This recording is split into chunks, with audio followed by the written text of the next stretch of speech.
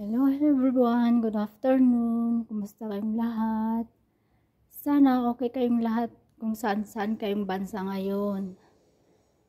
Mga lods, pakita ko sa inyo. Ito ang display na paborito ng amo ko. Hindi ko alam kung sino tong statue.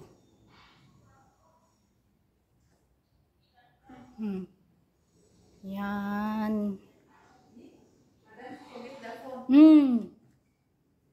Yung banga na regalo nila sa kanya. Oh.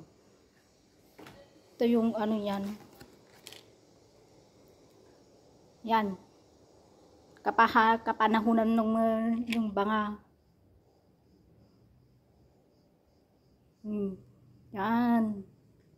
Kapanahunan ng ilwan.